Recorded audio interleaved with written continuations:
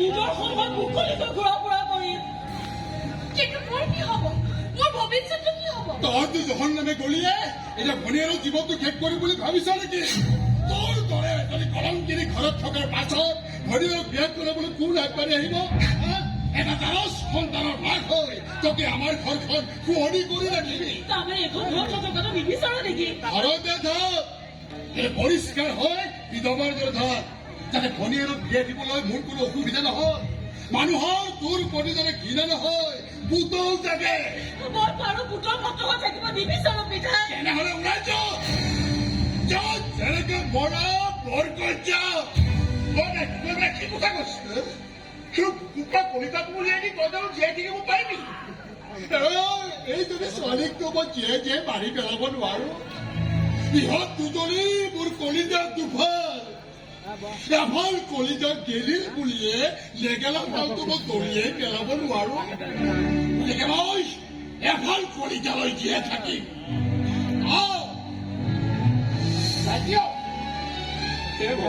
কি হ'ল তোৰ মোক ৰেল ষ্টেচনত থৈ আহিবি ক'লে মৰিবলৈ নহয় উঠি কোনোবা অচিন ঠাইলৈ যামগৈ ওলাই যাবি নাজানো কিন্তু জীয়াই থাকিবলৈ মোৰ অকণো ইচ্ছা নাই ককাই কিন্তু মই যে মৰিব নোৱাৰো এই নিষ্পাপ সন্তানটিক মই কি হতে হত্যা কৰো ককাই মই যে মৰাৰ পাছতো শান্তি নাপাম গতিকে যিকোনো প্ৰকাৰে ইয়াক ভূমিষ্ঠ কৰিবই লাগিব ইয়াকে নিৰাপদ স্থানত থোৱাৰ পাছতহে মই মোৰ নিজৰ কথা ভাবিম ককাই কিন্তু যাবি ক'লৈ কোনোবা আহিছে নেকি আরে কোৱা কাৰণে আপোনাক মই চিনি পাইছো নহয় গংগা তোক যে মই যে ডাক্তৰৰ ওচৰত নিছিলো চহৰলৈ এগাল মান যে টকা পাইছিলো এই ডাঙৰ মাছটো যে লাগিছিল জালত গোটেই এৱাই কিনিছিল আৰু আপোনালোকে বৰ কষ্টত আছে নহয় হয় বৰ কষ্টত আছো আপুনি লাগিছিল বাতৰি কাকত বাতৰিটো বঢ়িয়া অনুমান কৰিব পাৰিছিলো আপোনালোকৰ কিমান কষ্ট হৈছে আৰে বাতৰিখিনি খাইতো বাতৰি লিখি তেওঁলোকৰ দায়িত্ব সামৰি কিন্তু পিছৰখিনি ভুগিব লাগিব পৰিয়ালটো মানে আপোনালোক আপুনি আপুনি আপুনি গংগা নহয় জানো আৰে এইজনী ছোৱালী হয় মই ডাঙৰ বিপদত পৰিছো জানেনে এতিয়া ছোৱালীজনী মাক হ'বলৈ বুজিছো বুজিছো সকলোবিলাক খবৰ লৈতো মই ইয়ালৈ আহিছো এতিয়া আমাৰ ঘৰত থকাটো মুস্কিল হৈছে মানে কিয় তোক মই অকলে যাবলৈ দিম বুলি ভাবিছ নেকি মোৰ লগত ময়ো যাম নিদিওঁ তোক মই অকলে যাবলৈ ময়ো যাম আৰে এই সকলোবিলাক সমস্যাৰ সমাধানৰ উত্তৰ লৈতো মই ইয়ালৈ আহিছো এনেকুৱা বহুত কেছ মই আগতে চল্ভ কৰিছো এনেকুৱা কিছুমানে আমাৰ গংগাৰ দৰে গতিকে মোক বিশ্বাসত ল'ব পাৰে কৰিব লাগিব আপোনাক ঘৰৰ পৰা উলিয়াই দিছে মানে আপোনাৰ দুটামান কথা মই বাহিৰতে শুনিলো আপুনি ৰেলত ক'ৰবালৈ যোৱাৰ কথা হৈছে আপোনাৰ নাম পাঠা ইলিয়াছ পাঠা ব্ৰহ্মপুত্ৰৰ সিবাৰ চৰ অঞ্চলতে মোৰ ঘৰ কিন্তু মোৰ কাম কাজ প্ৰায় গুৱাহাটী মানে মাহটোত 20 দিনমান মই গুৱাহাটীতে কিন্তু এই গাঁৱৰ কামটো এৰিব নোৱাৰো সেইকাৰণে গাঁৱৰ বিপদত পৰা মানুহখিনি ওচৰলৈ নামাতিলেও মই নিজেই গাঁৱৰ সহজ সৰল জীৱনৰ মাজেৰে কটোৱা বহু লোকৰ সমস্যাৰ সমাধান ঘটাই কিছু পুণ্য কৰাৰ চেষ্টা কৰিছো আল্লাহৰ দুৱাত মোৰ একোৰেই অভাৱ নাই কথা বহল নকৰো মই গাঁৱলীয়া মাছমৰীয়া পৰিয়ালৰ এগৰাকী জীয়ৰী কিন্তু মই BA পাছ গাঁৱত থাকি আমিও কিছু জ্ঞান অৰ্জন কৰিছো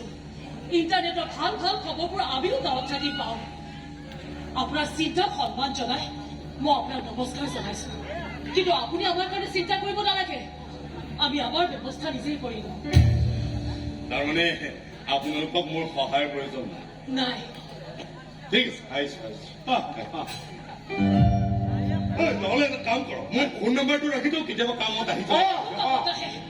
কৈছো নহয় আপুনি আমাৰ কাৰণে চিন্তা কৰিব নালাগে আমাৰ ব্যৱস্থা আমি নিজেই কৰি লওঁ ঠিক আছে ঠিক আছে আহিছো কেতিয়াবা আকৌ লগ পাম আহিছো ককাই দেখিছো নহয় এইখন ঘৰত মোৰ স্থান নাই পিতাহঁতৰ বাবে মই এটা পূজাৰ পাত্ৰ হৈ পৰিছো গতিকে মই কাৰো পূজাৰ পাত্ৰ হৈ থাকিব নিবিচাৰো মই যামগৈ তই যাবি কলো নাজানো ককাই কিন্তু এইখন ঘৰৰ পৰা বহুত দূৰলৈ গুচি যাম মই তোক মই অকলে যাবলৈ দিবও লাগিব নহয় তই যাব খুজিলেও তোক মই যাব নিদিলো মায়াবী পৃথিৱীত তই মানুহ হৈ নাথাকিবি ঐ ছোৱালী তই মোক ককাই বুলি ভাব নহয় হা ভাবো ককাই সৰুৰে পৰা তোক দেখি আহিছো নহয় কেঁচুৱাৰ পৰাই তহঁত দুজনী কোলাই পোচা লৈ যাব খুজিছো মই মূৰ্খ হ'ব পাৰো পঢ়া শুনা নথকা মই অশিক্ষিত হ'ব পাৰো কিন্তু দয়া মমতা নোহোৱা মই পঢ়ুৱাই দিবলৈ মানুহ নহয় মানে ময়ো যাম যাম মই তুমি গংগাক উলিয়াই দিব পাৰা কিন্তু গংগাক মই অকলে যাবলৈ নিদিওঁ ময়ো যাম তাই যাবলৈ যামেই বাইদেউ তোৰ মত বেয়াটো কেতিয়াও নিবিচাৰো চকুতা মই আঁতৰি গ'লে সকলো ঠিক হৈ যাব তই এনেকে কান্দিছ কিয় চাবিচোন মই আঁতৰি গ'লে তোৰ সকলো ঠিক হৈ যাব মই আঁতৰি গ'লে